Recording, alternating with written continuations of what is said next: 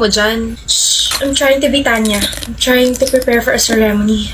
Snow Princess yata. Mukha kang patay, Lilia. Kunin mo nga yung asin sa kusina tapos sabuyan mo tong babaitang to kasi kung ano na naman mga trip eh. Masusunod. Yeah!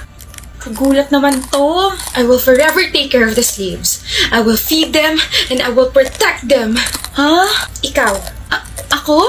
tawagin mo si Unsong at may sasabihin ako sa kanya. May kailangan siyang malaman tungkol sa propesiya at kung paano siya magiging sandata. Gets ko na. May bago ka na naman pinapanood kaya ganyan na naman takbo ng utak mo. Anong palabas yan? Ardal Chronicles, The Sword of Aramon. Pinapanood ko yun ngayon sa Disney Plus. Like, waiting na lang ako sa episode where like sobrang intense. Like, ganon. Maganda. Hindi naman ako magiging ganito kung hindi maganda yun eh. Tuwing kailan yan?